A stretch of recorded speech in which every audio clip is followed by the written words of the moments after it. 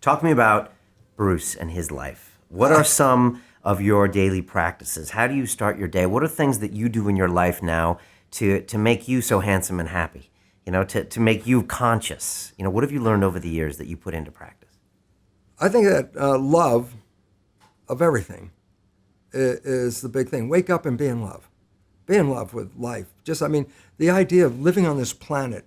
I have a chance, like not a lot of people don't have it. I travel around the world. I've seen so many different countries. I've seen this planet in so many beautiful ways. And I've come to another understanding in my life, which is my understanding from a biological point of view. And that is, I perceive this planet as heaven. That we were born into heaven. We don't die and go to heaven. We come into heaven. In other words, I recognize something I never knew as a biologist until I started to understand the nature of how the brain, the membrane of the cell worked. I didn't believe in spirituality. I was, genes, proteins, cells, that's all machines and stuff like that. I since have seen the mechanism where our identity is not even in here. Our identity is a broadcast. I have receptors. You have receptors for an identity. No two people have the same set. They're called self-receptors of all. That's a hell of a name. Self-receptors, receivers of self. Well, it is. It's a broadcast. My identity is picked up on the surface of my cells. I have these antennas, like a combination lock. You have a set on your cells, but we don't have the same set. We may have some overlap, but not the same set. No two people have the same set, meaning I can't take cells or organs out of my body and put it into anybody else because they have a different self. And the immune system will eliminate it. I said, well, where's the self? The immune system recognizes it. It's these receptors. I said, what if you take these receptors off? I said, well, then it's a generic human cell. It's going to anybody. But when the self receptors are on, it's a unique human cell. It's an individual. I said, yeah, but the receptors, we were counting those as what makes us different. I go, they're antennas. They receive a signal from the environment. So my identity is something being picked up from the environment played through my cells. If I die, which is the thing that really hit me, I said, well, the cells and the receptors are gone. Yeah, but the broadcast is still here. The broadcast. So if another embryo shows up in the future with the same combination, then I'd be back on the air again, but in a different body. Okay. And that's a new observation for you. For me, it blew my mind because I didn't believe in spirituality. Right. So your soul will live on. You will live on. Yeah, and that what we do is an exchange. And as a scientist, when at that moment that I said, "Oh my God, I'm an identity I'm a broadcast," and I said to myself, "Why have a spirit and a body then? Why not just be the spirit?" And my cells, being quite humorous, I think, responded by saying, "Bruce, if you're just a spirit, what does chocolate taste like?" And then it hit me. I said, oh my God, all of our senses are mechanisms. Eyes, ears, nose, taste, touch. They convert our world into sensation. But the nervous system doesn't see pictures or smell things. It just gets the vibrations. And remember I said you could put wires on your head and read your brain activity? Well, there's a new device, not electroencephalograph, magnetoencephalograph. The difference is the probe is out here. And I could read your brain activity out here, which all of a sudden says, oh my God, we are converting our experiences into nervous system vibration. The communication is all vibration, electromagnetic vibration. And we broadcast that. And I said, well, where's it going? I said, well, going back to source. A spirit cannot taste chocolate. It doesn't have taste buds. It can't see a sunset. It doesn't have eyes. But if I get into this virtual reality suit and have all these experiences, my nervous system translates them into a vibration and they go back to source. So it's essential being in this body. Yeah, but that's the pleasure and the creative aspect. That's why I look at it as heaven. In a body, I am creative. I can build, I can move, I can do things, I can sense things.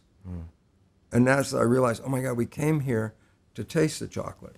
We came here to see those sunsets and that. And all of a sudden I realized, boy, my programming in the first 7 years as a male offset that. Because what did we learn as males generally? Not to be sensitive. Right. And I go, well, that's right away the difference between women and men. Women are allowed to be sensitive. We have shut it off. Why? Well, if you're going to be a soldier, you can't be sensitive. So we have been programmed to be insensitive. Of course, that makes a crap relationship with women who are sensitive because they look at, oh, you're an insensitive lout, and it's like, that was my programming. I thought, wow, what a waste of a life to cut off those sensory experiences. And so one of the things I learned after, the cells taught me was go out and taste it and touch it and smell it and feel it. And if it's good, do it again. If you don't like it, don't do it again. This is an opportunity to experience the planet. And most of us shut off our experiences of programming. So you've deprogrammed that, and now you're out there feeling and enjoying it and having options. If I don't like it, then damn it, I'm not doing it again either. So I have choices. What keeps you awake at night? Not much. I sleep like a baby. I'm a very happy guy. I love my life. And I also know, since I'm in power, there are things that I can control that I didn't know in the previous understanding of life. And so I feel, look at all the wonderful things in my life. It was just sort of like that woman said, you're too needy. And now it's like, no, I'm not needy. I got everything. I have it. And, I'm not rich. I got enough money to be happy, okay? And I could be even happy on less as well, because there was a period where I left the university, I had no job. And that was perhaps one of the most enjoyable times of my life, and I had made the least amount of money because I had time. If we have time, then you have opportunities to create and to experience and do all that. And this is a visit. We're visiting this place. If you're not enjoying it, you're missing something really big. What scares you? I have trouble with that one. I can't really give you any particular answer. I'm not afraid of death. And that was the big thing. The moment I understood spirituality was the moment this weight lifted off that I didn't even know I was carrying. And it was protection. Because from the moment we're infants and we first learn about death, and the first infants, we didn't even think about our own death. We were thinking about our parents. Oh, my mother will die, my father died. Like, but then at some point, oh my God, I'll die. And then you don't realize that fear has the subconscious working overtime. As you walk down the street, consciously you're not paying attention. Your subconscious is scanning every dark corner, looking for anything that can threaten your life. It's on 24/7, 365. It's out there to protect you. Why? Your greatest fear is I'm going to die. What happens if you let go of that fear? All of a sudden, it was like this energy that I didn't realize I was spending 24/7. All of a sudden, I wasn't using it. It was like, oh my God, I feel lighter. I got more energy. I'm not afraid. I'm not afraid. And if I'm wrong, well, I won't know. So I'm going to go toward that end with, nope, I'm an immortal spirit. Reincarnation is a reality. It's been taught to us even from Jesus, but then the Council of Nicene in 1040, I think it was, took that out of the Bible, so we don't have that in our collective knowledge anymore. Of course, the Buddhists are all into reincarnation and all that stuff, and the fact is, if you could own that, then you could realize, why am I afraid? Why am I afraid?